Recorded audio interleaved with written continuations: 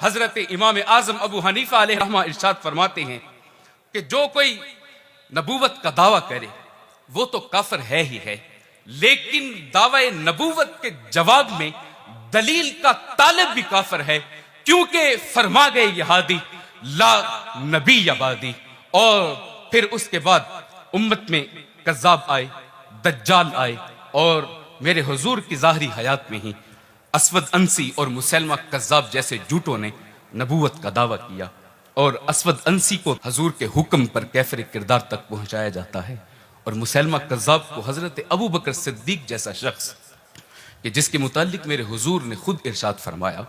کہ ارحم بامتی ابو بکر،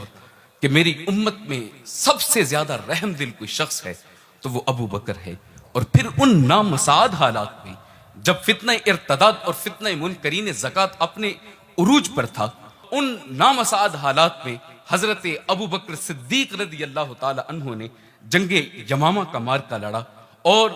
جنگ یمامہ میں شہید ہونے والے 1200 صحابہ نے اس فیصلے پر اپنے خون سے مہر ثبت کر دی کہ چاہے حالات کوئی بھی ہوں، چاہے مصلحتیں تمہیں کچھ بھی کہیں،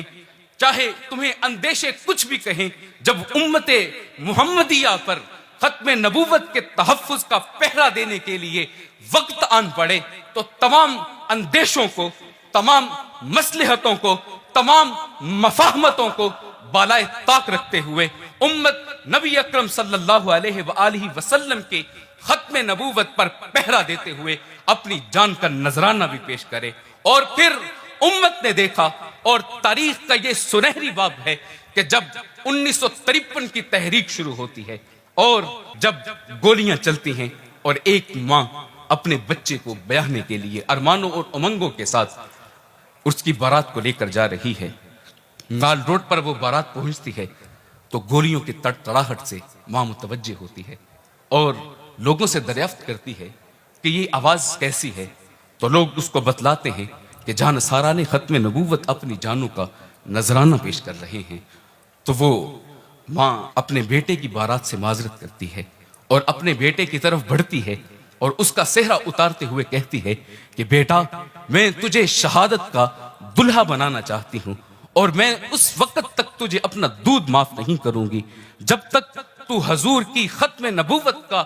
پہرا دیتے ہوئے اپنی جان کو قربان نہیں کر دیتا۔ اور پھر وہ سعادت مند بیٹا اپنے صحرے کو اتارتا ہے اور ان گولیوں کے سامنے اپنے سینے کی دیوار کو حائل کر دیتا ہے، اور آسمان نے وہ منظر بھی دیکھا کہ وہ شخص، وہ سعادت مند بیٹا جب فرش زمین پر گولیوں سے چور چور ہو کر گرنے لگا تو اپنی اماں کو آواز دے کر کہنے لگا کہ اے اماں، آ کر دیکھ لے کہ تیرے بیٹے نے کوئی زخم اپنی پشت پر تو نہیں کھایا۔ اور اس نوجوان کا تڑپتا ہوا لاشا یہ کہہ رہا تھا کہ جس ڈب سے کوئی مقتل میں گیا وہ شان سلامت رہتی ہے، اس جان کی کوئی پرواہ ہی نہیں، یہ جان تو آنی جانی ہے۔ اور پھر یہ بھی یاد رکھیے گا کہ یہ عقیدہ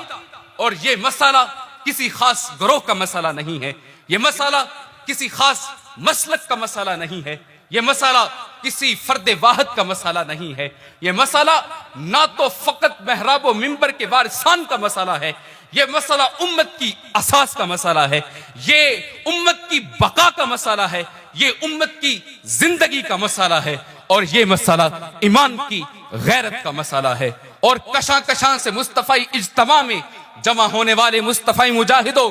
یہ بھی یاد رکھنا کہ آج تک جو مسیلمہ کذاب اور اسود انسی کے خلاف جنگ چھیڑی گئی تھی وہ ختم نہیں ہوئی، اور آج تک وہ جنگ کسی نہ کسی صورت میں ہمارے درمیان موجود ہے، لیکن ہم ان کو بتلانا چاہتے ہیں کہ تم نے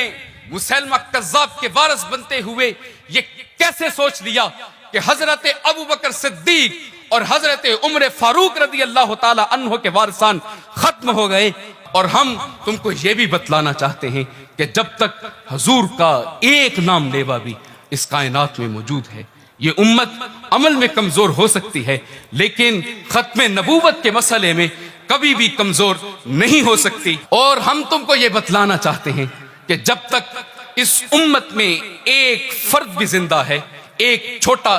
بچہ بھی زندہ ہے، تم ختم نبوت میں کسی قسم کی کوئی تبدیلی نہیں کر سکو گے۔ اللہ سے دعا ہے کہ اللہ مجھے اور آپ کو دین کی غیرت نصیب فرمائے اور ہر طریقے سے ہمیں جو ہے عقیدہ ختم نبوت کی حفاظت کرنے کی توفیق ارزانی فرمائے۔